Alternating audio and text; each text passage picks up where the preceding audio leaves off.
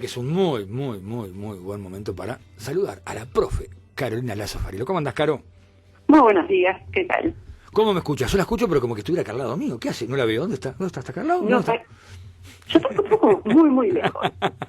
Bueno, yo estoy a la distancia, pero usted está muy cerquita, de los amigos y de nosotros. Muchas gracias. Bueno, hoy les proponemos continuar por este lado y ya vamos rumbo a lo que es Montevideo Este, y por eso un lugarcito, un rinconcito que nos había quedado de toda esta zona de Bellavista, del Prado, y es el barrio Capurro, un barrio con mucha historia también, con mucha identidad, y que, bueno, es muy interesante conocerlo porque es un barrio que ha tenido sus grandes épocas y que hoy por hoy se está replanteando y que está a partir de ese nuevo parque que se transformó, el viejo parque pero que se revitalizó, se está presentando en este siglo XXI. La zona de lo que ubicamos como Capurro, Parque Capurro, es ese rinconcito de la bahía, justamente el rinconcito previo a que la bahía da la vuelta y toma ya la zona de la Teja, es ese rinconcito donde podemos encontrar vestigios desde la época colonial hasta la historia más reciente.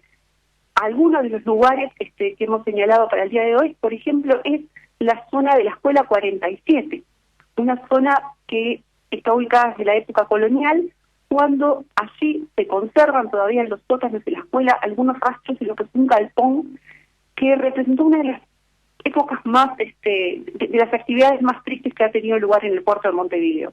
Y es que hasta fines del siglo XVIII, en lo que hoy es el predio de la escuela, muros originales todavía, estaba lo que se llamaba el caserío de los negros, que es una de las primeras cosas que da nombre a esta zona, uno de los primeros destinos que da nombre a esta zona de lo que hoy conocemos como Capurro.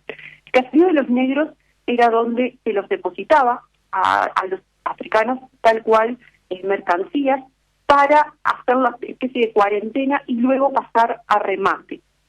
Este lugar eran unos galpones muy rústicos, los esclavos o aquellas personas que venían para hacer esclavos venían en muy malas condiciones en el barco, pero siempre hace mucha referencia a las condiciones del barco, pero las condiciones cuando bajaban y eran depositados en estos galpones, en estos caseríos, no eran mejores que las del barco. Muchos incluso no, si bien soportaban el viaje, pero no llegaban a soportar lo que era la cuarentena, que era ese periodo de unas semanas donde ellos, de alguna forma, incluso hay algunos documentos que hablan de un engorde, incluso tal cual si fueran animales, y les tenían allí previamente a lo que era el remate. Ese caserío es donde hoy está la Escuela 47, precisamente, y así es que, bueno, se originó parte de este negocio que tenía el Río de la Plata y a Montevideo como uno de esos puntos centrales.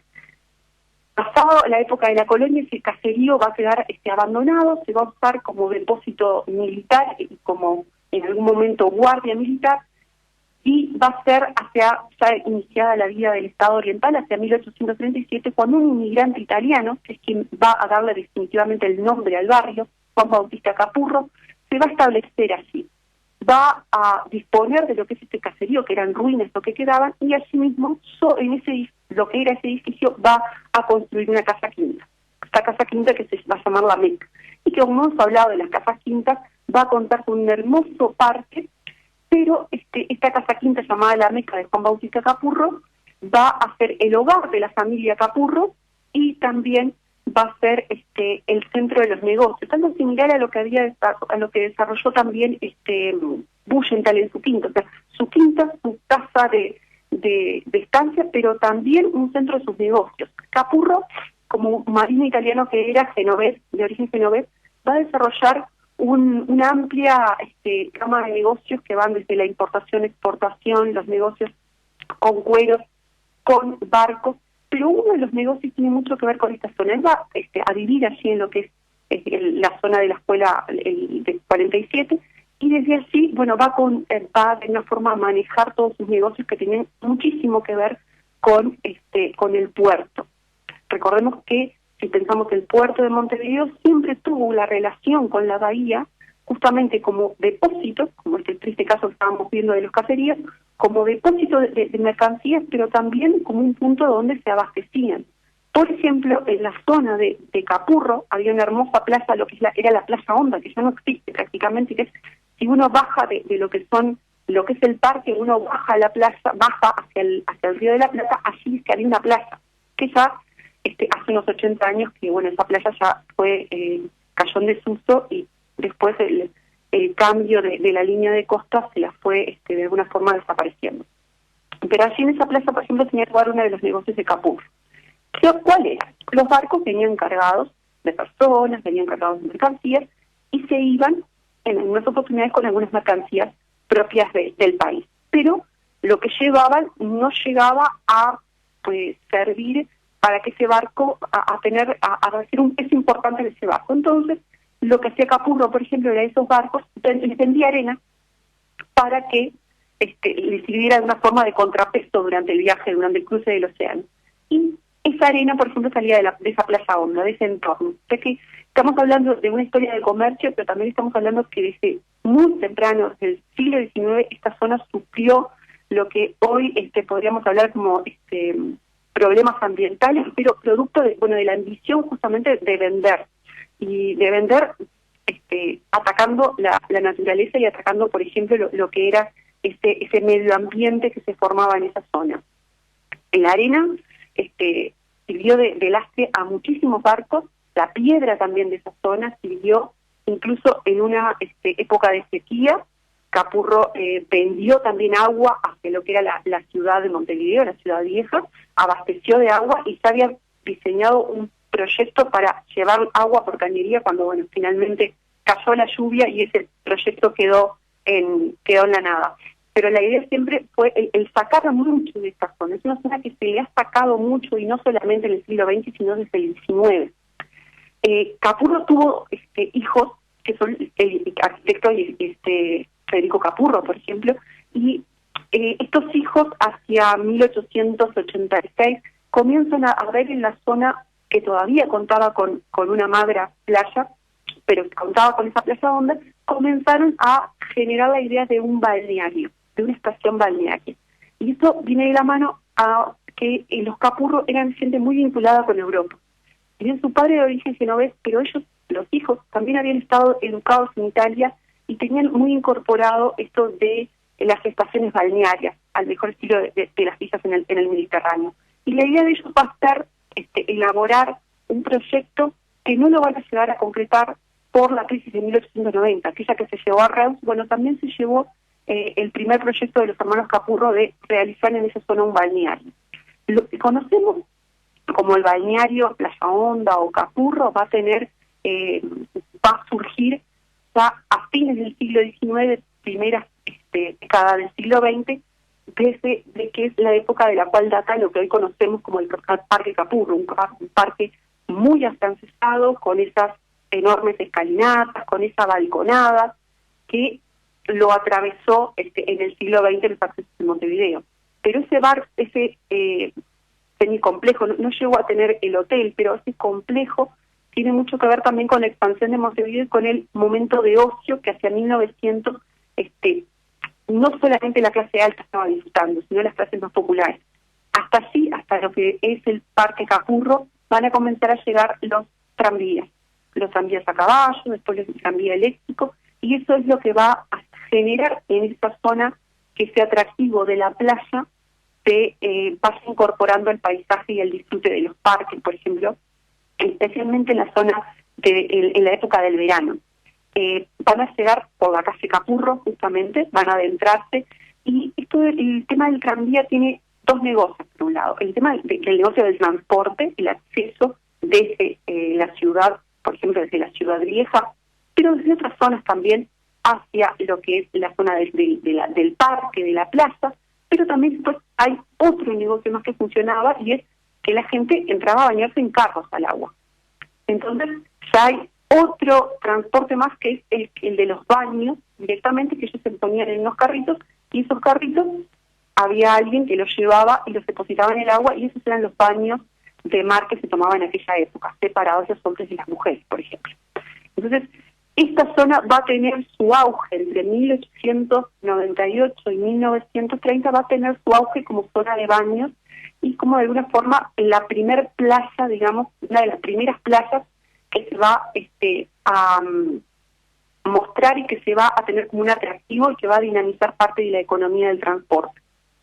El tema va a caer esta zona de alguna forma en declive, en tanto turísticamente para los momentos de ocio, cuando muchas fábricas, ya hacia la década del 30 son varias las fábricas y algunas pertenecientes a originales de la familia Capurro y de otras familias que van estableciendo allí fábricas, industrias químicas, por ejemplo. El Estado también va a tener hacia los años de 1913, 1914 un laboratorio desde donde va a perfeccionar o donde va a comenzar lo que va a ser el origen de ANCAP, por decirlo de alguna forma.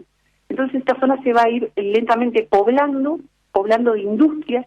Son muchas las fotos que vemos que está rodeado de chimeneas esta zona, y esto que pertenecía al momento del aire libre y de la plaza y del baño de mar, se va rodeando de industrias, y para 1931, ya cuando se forma lo que es la planta de ANCAP, ya va a caer en detrimento de lo que era el aire puro, digamos. Va a quedar una década más para sobrevivir el parque, pero la parte industrial de alguna forma se va a ir desplazando a lo turístico que tenía esta zona. También el hecho de que las plazas ya no son las plazas del oeste de Montevideo, sino son las plazas del este las que van a concitar la atención, con grandes emprendimientos hacia la zona de Carrasco, hacia la zona de Positos, van a ir desplazando el atractivo de esta zona, y se va a transformar con el siglo XX en el siglo XX, en aquel momento de los años 30 y 40, con la industria sustitutiva de importaciones, muchas industrias. La principal de ellas va a ser por parte del Estado, la planta de ANCAP. Eso va a conferirle a la zona algo muy diferente, porque lo que decíamos, en el primer momento atacó lo que es, ya no quedaban los grandes arenales del siglo XIX, ya se había ido poblando con una densidad de población que iba creciendo, y finalmente hacia las décadas de los 40 ya tenemos un barrio obrero instalado. Recordemos algunas de las industrias, por ejemplo Campomar y Salvo, que ya tenía una larga trayectoria, había más fábricas textiles, había una cervecería que en su origen había sido de la familia Capurro también, estaban diferentes destilerías y la planta de ANCAP. Con ese panorama es que en los años 30, 40 va a ser una zona de muchos va a estar densamente poblada por trabajadores de alguna de estas industrias. Cuando viene la crisis, a partir del año 58, 59, que nuestra industrialización se comienza a paralizar, va a ser una de las zonas que va a sufrir todo eso por la paralización de las industrias y por las pérdidas de fuentes laborales que se suceden. Hacia los años 60, en la zona de Capurro ya no va a ser aquella de las grandes casas quintas, y no va a ser la de ese parque. El parque va a estar muy decaído. La zona cada vez va a comenzar a perderse en una suerte de desidia un poco de parte de lo municipal. Incluso en los años 70 se le va a otorgar, por un lado, esa suerte de protección patrimonial, se puede decir, pero hacia el año 80, con la incorporación de los accesos de Montevideo y con la necesidad de, los accesos atraviesan lo que era ese parque, se va a perder parte del parque, y así es como va a llegar a un siglo XXI con una realidad bastante diferente a la de un siglo atrás. El tren también, que era un gran impulsor de la zona, a lo largo del siglo XX va a perder su sentido de alguna forma de prioridad en cuanto al transporte. Entonces también va a quedar desplazado todo lo que tiene que ver con el tren, que era algo que movilizaba mucho la zona, y finalmente hacia fines del siglo XX realmente se va a hacer necesario un nuevo tratamiento de la zona, y es recién en la primera década del siglo XX, del siglo XXI, podemos decir que el barrio comenzó a vislumbrarse y a tratar de rescatar ese patrimonio que tenía de alguna forma, no vamos a decir oculto, pero que de alguna forma se estaba perdiendo. Es en ese marco que desde los años 2010, 2011 existen algunos planes para recuperar lo que es esa zona que tiene el parque con las grandes balustradas, con los grandes jarrones de mármol, que representa todo un estilo de la primera parte del siglo XX, cuando esa zona era un atractivo turístico importante para la zona, pero también para toda la ciudad. Tenemos que pensar que hacia 1900 ese parque que hoy vemos, por suerte desde hace un tiempo revitalizado, era uno de los primeros parques, junto con el Prado, que de una forma se abren en el siglo XX y que muestran otra forma de disfrutar de la naturaleza y otra forma de disfrutar del tiempo libre, del aire libre, otro momento de disfrutar el ocio. Dentro de este pasaje por el siglo XX hay algo que va a estar muy relacionado con el Ken, con los obreros y sobre todo con los obreros de la parte de las fábricas y la instalación de algunos clubes deportivos.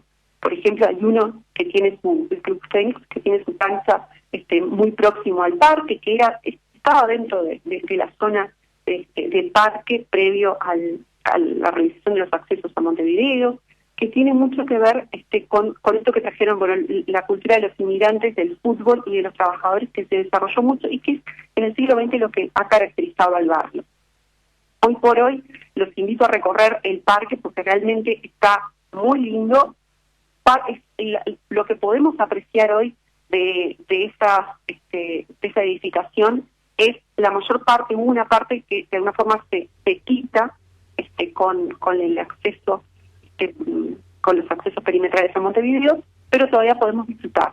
Y recientemente, ahora cuestión de unos 6 años aproximadamente, sí se sacó parte de un patrimonio escondido que había, sí se pudo recuperar mediante excavaciones arqueológicas, que fue el caserío de los negros en la Escuela 47, donde, si bien ya se ha realizado alguna intervención con alguna plaza, tratar de relacionar el origen de esta zona con lo que fue la presencia de la esclavitud en nuestra ciudad, en nuestro país, y que de alguna forma darle un lugar en la memoria de este pasado, del cual no lo podemos olvidar. Si bien durante mucha parte del siglo XIX y del siglo XX se dejó a un lado y la zona, si bien algunos documentos hablaban de la zona del caserío de los negros, la mayor parte lo daba por descontado de que se había perdido.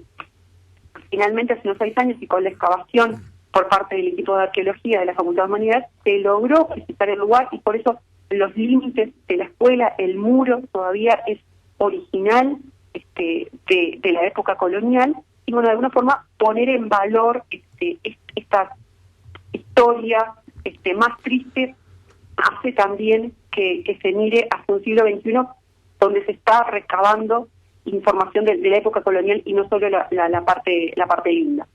Como les decía, a lo largo del siglo XXI se está tratando de potenciar esta zona mediante una fotogalería, por ejemplo, que ustedes pueden observar, recorren por así el parque, de alguna forma mostrando lo que fue, pero también lo que puede ser esta zona, revitalizándola.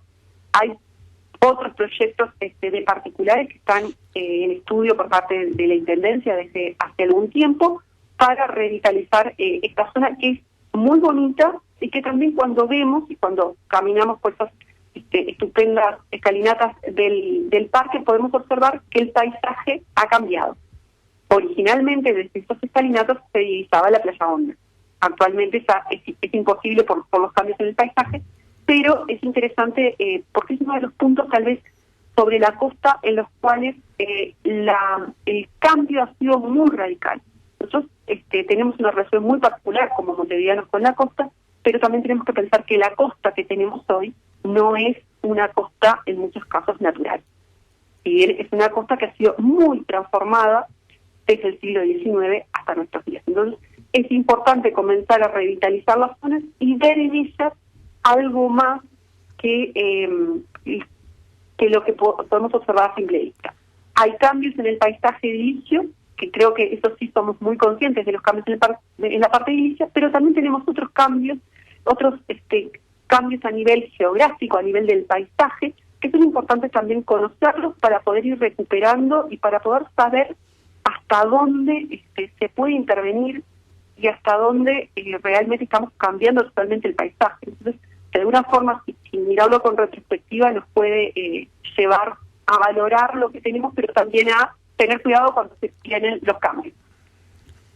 ¿Marcelo? Sí, no, me estaba pensando justamente en eso, ¿no?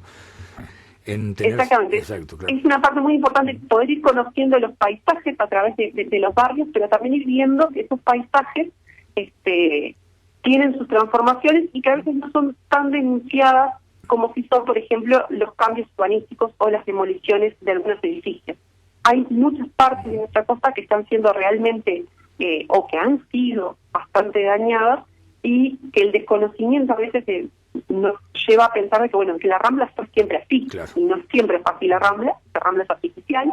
También esta zona de la Bahía de Montevideo realmente ha tenido muchísimos cambios, y es importante ir conociéndolos para poder ver qué es lo que se hace después, y bueno, como ciudadanos también poder levantar la voz en caso de que las transformaciones sean demasiado radicales, y recordar que esa bahía que hoy vemos, ese rinconcito de la bahía, fue una vez otro paisaje lleno de arena, lleno de un agua muy limpia, y que como el hombre en 150 años prácticamente lo ha ido cambiando. Por supuesto que lo ha hecho una zona habitable también, pero bueno, ha tenido sus quiebres. Les voy a dejar algunas fotografías para que puedan ver los cambios en la zona, que son muy muy interesantes de poder observar, y sobre todo que la tecnología nos permite alguna vista más aérea. Son interesantes de ver cómo ha cambiado. En algunos casos se hace más hincapié en lo que han sido algunas transformaciones, ¿no? Contando a propósito precisamente de, bueno, iniciativas para lo que ha sido, bueno, ese costado de mar. No me refiero solo aquí en Montevideo. En otros casos, bueno, se olvida, y bueno, buena cosa es que estemos recordando y, bueno, haciendo hincapié en recuperar ese tipo de memorias, que también viene bien para ir viendo cómo fue cambiando y transformándose en el tiempo determinadas zonas y lugares, ¿no?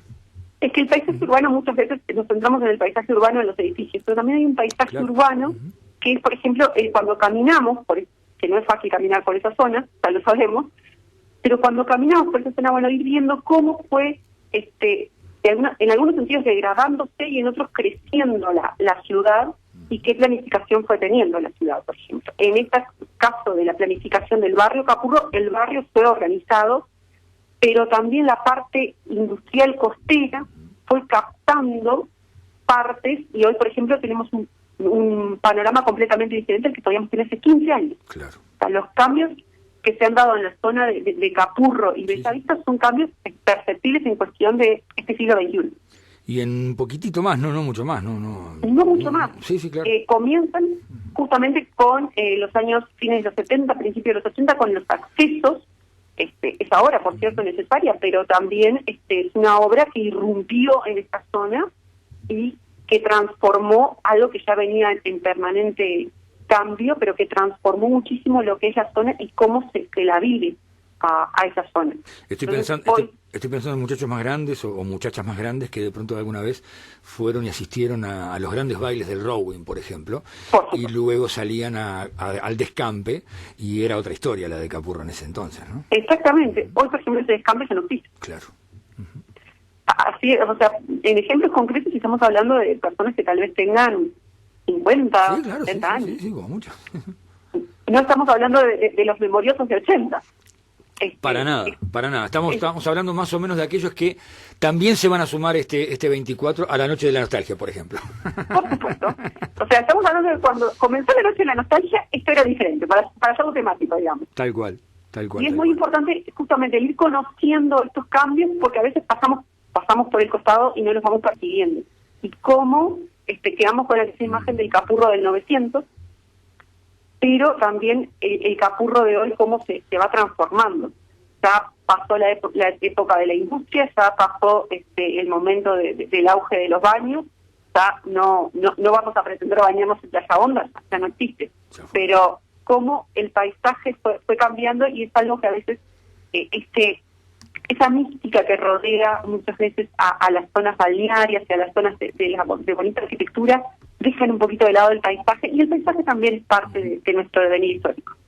Caro, te mando un abrazo fuerte. Está preparando todo para lo que va a ser el sábado 14 de septiembre, ¿no? Exactamente. 10 de la el mañana. Sábado 14, 10 de la mañana vamos a conocer la blanqueada. También con algunas otras transformaciones importantes que ha tenido el barrio. Por supuesto, por supuesto. Ahí nuestro eje es 8 de octubre, a partir de lo que sería la calle de la radio, de Garibaldi, salimos hacia el norte. Sábado 14 de septiembre, 10 de la mañana, de la mano, por así llamarlo, vamos a ser todos de la mano porque somos muchos, capaz que con una cuerdita, Bueno, como hacen las maestras, como hacen las escuelas. exacto, con los jardines, de la mano de la profesora Carolina Lazo Fariolo, vamos a estar aproximándonos al conocimiento de la historia del barrio La Blanqueada. Te mando un beso grandote. Bueno, muchas gracias y nos vemos con la parte oeste el próximo jueves.